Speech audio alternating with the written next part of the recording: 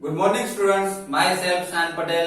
Today we are going to start part 7 of chapter number 14 electric currents and its effects. बच्चों आज chapter number 14 electric currents and effects का part number 7 सीखने जा रहे हैं। Okay, last lecture में हमने मैग्नेटिक इफेक्ट के बारे में समझा था, magnetic effect of electric current. Electric current की मैग्नेटिक इफेक्ट किस तरीके से होती है उसके बारे में लास्ट लेक्चर में पार्ट 6 में समझ लिया।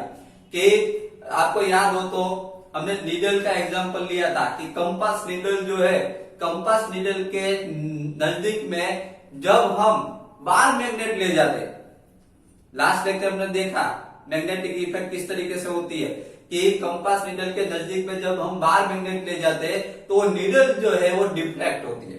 क्या होता है? नीडल डिफ्लेक्ट होती है। समझ में आ रहा है?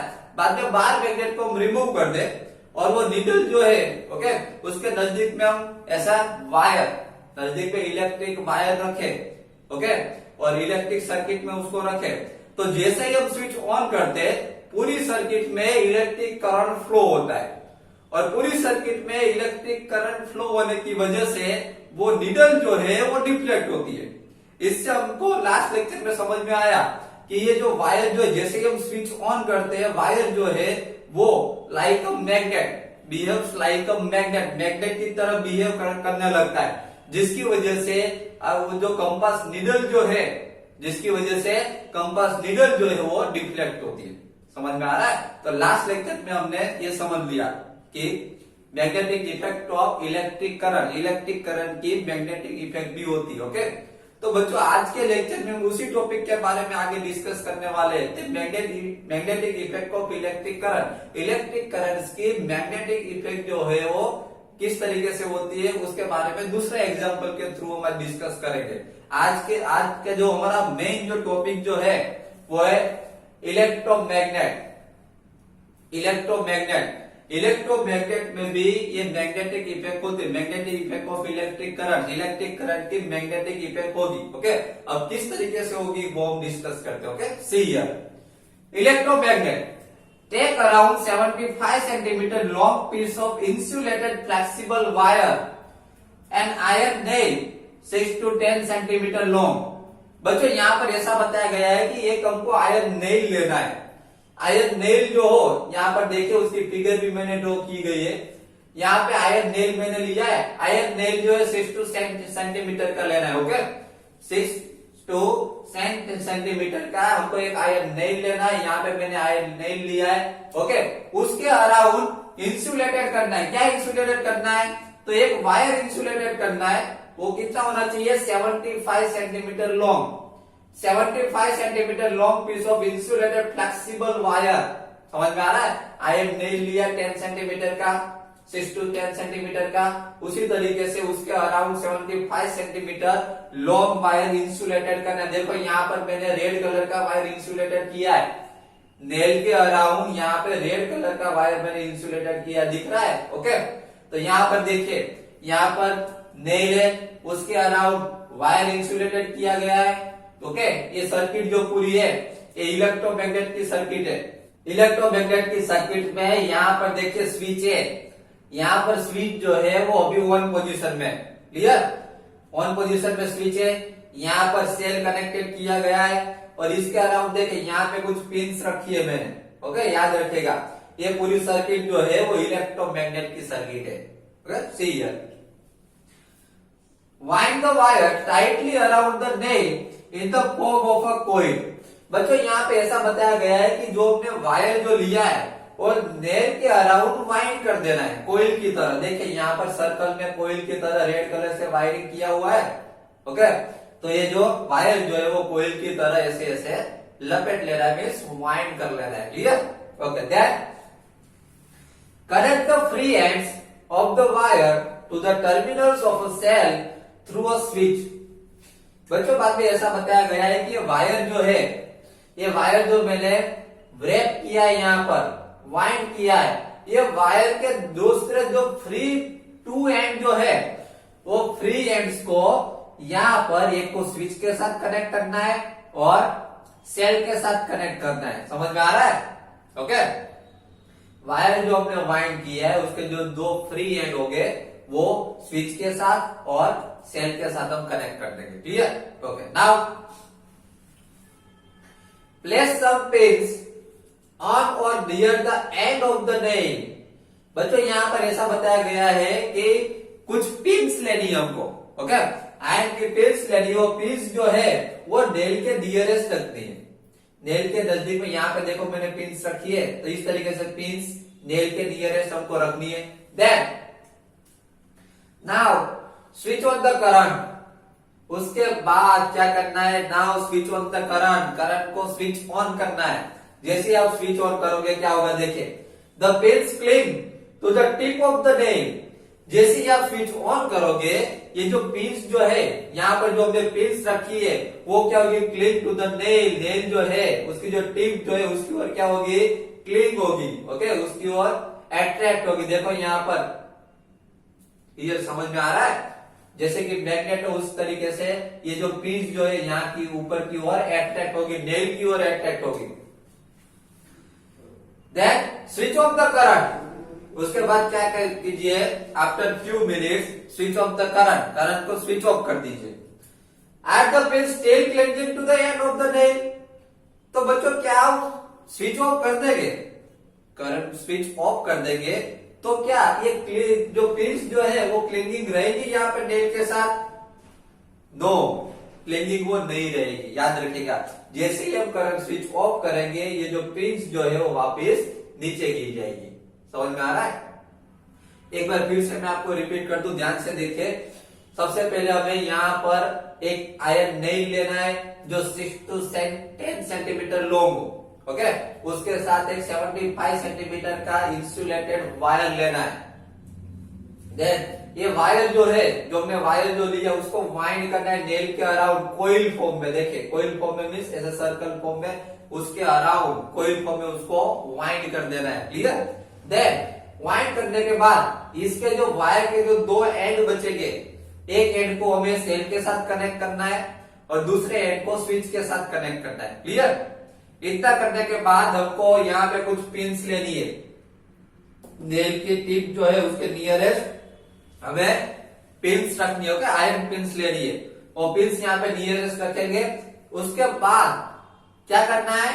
यस, सर्किट में स्विच ऑन करनी है। जैसे ही हम स्विच ऑन करेंगे सर्किट में करंट फ्लो होने लगेगा। समझ में आ रहा है? और जैसे ही करंट फ्लो होने लगेगा आप देखोगे कि ये जो पिन्स जो है वो यहाँ पे टिप की ओर अट्रैक्ट होगी, आयरन नेल जो है उसकी ओर अट्रैक्ट होगी।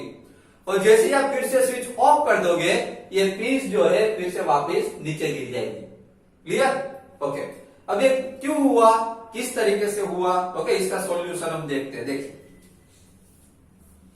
the coil in the above activity behaves like a magnet when electric current flow through it। देखिए बच्चों यहाँ पर ऐसा बताया गया है कि जैसे ही हम स्विच ऑन करते हैं, ओके, तो ये जो वायर जो है कोइल फॉर्म में जो वायर जो है वो मैग्नेट की तरह बिहेव करने लगता है। समझ में आ रहा है? जैसे हम स्विच ऑन करते हैं ये जो वायर जो है कोइल फॉर्म में वो मैग्नेट की तरह बिहेव करने लगता है। क्लियर?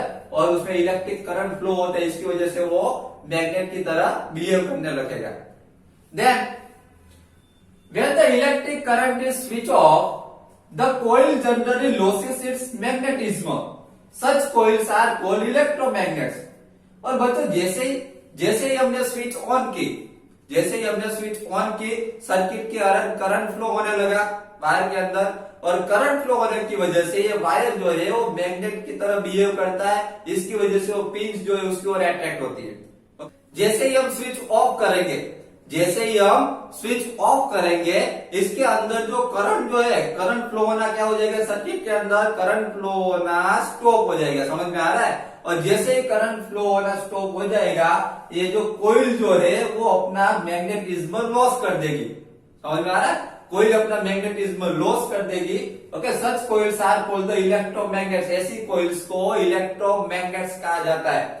और जैसे ही वो अपना इलेक्ट्रो स्विच ऑफ करेंगे तो सर्किट में करंट फ्लो होना स्टॉप हो जाएगा, ये इलेक्ट्रोमैग्नेटिज्म अपना लॉस हो जाएगा, जिसकी वजह से पिन्स जो है वापस क्या हो जाएगी? नीचे गिर जाएगी। पिन्स जो दिख रही है वो वापस नीचे गिर जाएगी। क्लियर? इसको इलेक्ट्रोमैग्नेट्स कहा जाता है।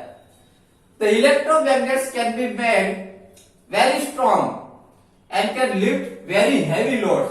बच्चों ये इलेक्ट्रोमैग्नेट्स जो होता है बहुत ही स्ट्रॉन्ग होता है। इलेक्ट्रोमैग्नेट्स जो होता है वो बहुत ही स्ट्रॉन्ग होता है, ओके। और वो हैवी लोड्स को भी वो उठा सकता है, वो कैरी कर सकता है, लिफ्ट कर सकता है, याद रखेगा। The ends of a crane has a strong electromagnet attached to it। बच्चों क्रेन आपने देखी होगी, आपने लास्ट टाइम स्टैंडर्ड 6 में भी आपने क्रेन के बारे में समझा था, मैग्नेट वाला जो चैप्टर था, ओके, उसमें क्रेन का आया था। बच्चों एक क्रेन जो है, क्रेन में भी ऐसा एक इलेक्ट्रोमैग्नेट होता है, एक स्ट्रॉन्ग इलेक्ट्रोमैग्नेट होता है जो अटैच टू इट, उसके साथ अटैच होता है, क्रेन के साथ, okay. Then and electromagnets are also used to separate magnetic material from the junk. बच्चों इलेक्ट्रोमैग्नेट जो है वो जंक में से कुछ मैग्नेटिक मटेरियल्स सेपरेट करना हो, अलग करना तो यूज होता है।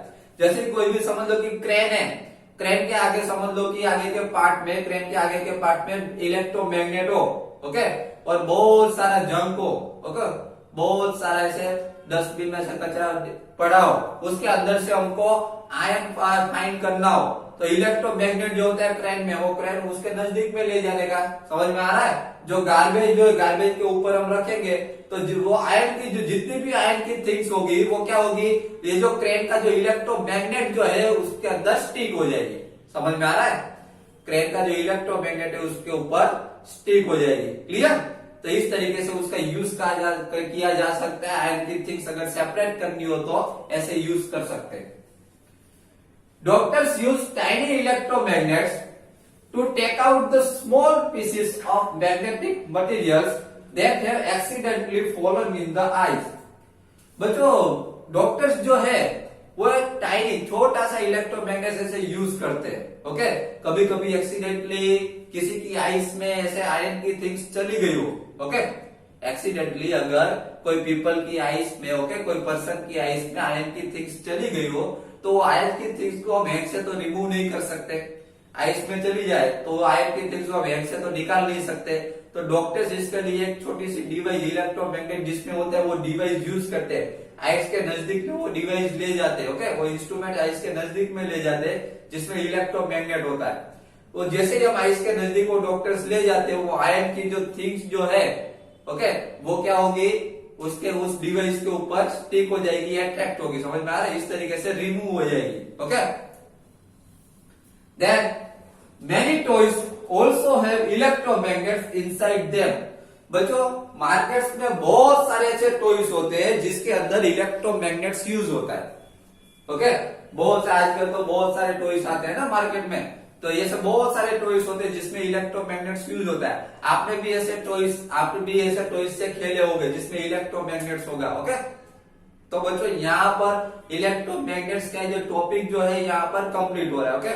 हमने आज के लेक्चर में पार्ट 7 में इलेक्ट्रोमैग्नेट्स के बारे में समझा कि मैग्नेटिज्म की जो इफेक्ट होती है, मैग्नेटिज्म ऑफ इलेक्ट्रिक करंट का मैग्नेटिज्म की जो इफेक्ट होती है वो इलेक्ट्रोमैग्नेट में यूज होती है, ओके। यहाँ पर हमने देखा कि जैसे ही हम यहाँ पे स्विच ऑन करते हैं, जैसे ही सर्किट में हम स्विच ऑन करते हैं, इसके अंदर जो वायर जो होता है वो मैग्नेट की तरह बिहेव करने लगता है, और मैग्नेट की तरह बिहेव करने की वजह से यहाँ की जो पिंस जो होती है उसको और अट्रैक्ट होती है, और जैसे हम स्विच ऑफ कर देते हैं वापिस ये जो पिंस जो है वापिस क्या हो जाएगी, यहाँ से नीचे गिर जाएगी, समझ में आ रहा है। तो इलेक्ट्रोमैग्नेट्स के बारे में आज के लेक्चर में हम डिटेल में समझ लिया, ओके। अब ये कैसे हुआ, तो इलेक्ट्रिक करंट की वजह से हुआ। किसकी वजह से, इलेक्ट्रिक करंट की वजह से, इलेक्ट्रिक करंट फ्लो हुआ, उसकी वजह से ये वायर जो है वो मैग्नेट की तरह बिहेव करने लगा, ओके। उसके बाद जो हमने देखा कि ये इलेक्ट्रोमैग्नेट्स जो है उसके यूजेस कहाँ पे होते हैं, तो इलेक्ट्रोमैग्नेट्स के यूजेस जो है वो क्रैंक्स में होता है, ओके। जंक में से अगर आयन की थिंग सेपरेट करनी हो तो उसके लिए यूज कर सकते हैं, ओके। देन डॉक्टर्स भी ये इलेक्ट्रोमैग्नेट्स की डिवाइस यूज करते हैं जिसकी वजह से एक्सीडेंटली अगर कोई पर्सन की आइज में आयन की थिंग्स या फिर कुछ चला जाए, समझ में आ रहा है, तो वो आयन की जो थिंग्स जो है वो आइस में से बाहर निकालने के लिए ऐसा डिवाइस यूज करते हैं डॉक्टर जिसमें इलेक्ट्रोमैग्नेट्स हो। वो आइस के नजदीक जैसे ही डॉक्टर आइस के नजदीक ले जाते हैं तो वो आयन की थिंग्स से वो क्या हो जाएगी, वो डिवाइस के ऊपर अट्रैक्ट होगी। समझ में आ रहा है? इस तरीके से वो रिमूव हो जाएगी। तो बच्चों आज के लेक्चर में हमने इलेक्ट्रोमैग्नेट्स के बारे में समझा।